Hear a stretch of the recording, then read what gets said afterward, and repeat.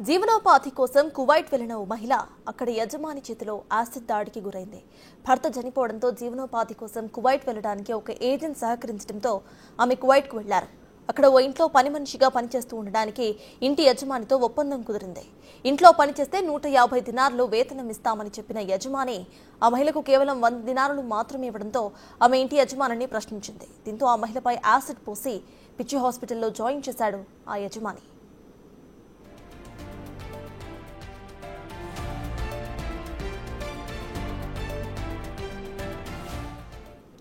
కాకినాడ జిల్లా పోన్నాడ గ్రామానికి చెందిన కాకాడ లక్ష్మి ఉపాధి కొరకు కువైట్ వెళ్లారు. కువైట్ ఇంట్లో పనిచేస్తూ ఉండటానికి 150 దినార్లు ఇస్తామని ఒప్పందం చేసుకున్న యజమాని చివరకు ఆ మహిళకు 100 దినార్లు మాత్రమే ఇచ్చాడు.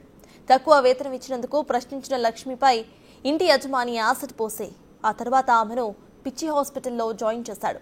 హాస్పిటల్ నుంచి బయటకు వచ్చిన బాధిత మహిళ సెల్ఫీ వీడియో ద్వారా తన దీన గాథను వెల్లడించింది. బాధిత మహిళను కువైట్ నుంచి కాకినాడకు తీసుకురావడానికి కుటుంబ సభ్యులు కోరుతున్నారు. మా మేనగాళ్ళు కాకాడ లక్ష్మి కువైట్కి వెళ్ళింది సార్. పిల్లలిద్దరిని పోషించుకోవడానికి అని వెళ్ళింది సార్. అక్కడ మా మేనగాళ్ళని హింసించి బాధ పెడుతున్నారు సార్. ఏజెంట్ ఇక్కడ నమ్మించి 150 దినార్లు ఇస్తానని చెప్పి అక్కడికి వెళ్ళిన తర్వాత పని ఎక్కువ అప్పు చెప్పి 100 దినార్లు ఇస్తున్నారు సార్.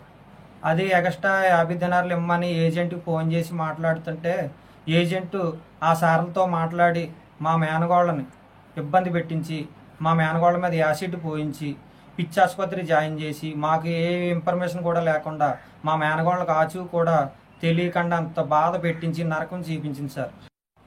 మా మేనగాళ్ళ డైరెక్టర్గా నాకే ఫోన్ చేసింది సార్.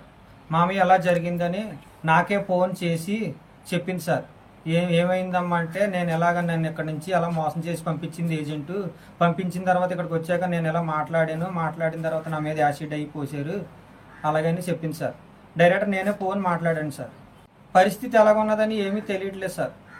నేను ఒక ఆంధ్రప్రదేశ్ డిప్యూటీ సీఎం గారు పవన్ కళ్యాణ్ సార్ తరపున మా మేనగోళ్ళని నన్ను ఒక దగ్గర చేర్చాలని అని పాదయాత్ర పడుతున్నాను సార్. పిల్లలిద్దరూ నా మేనగోళ్ళకి ఏం జరిగినా పిల్లలిద్దరూ అనాథలు అయిపోతారని మేము చాలా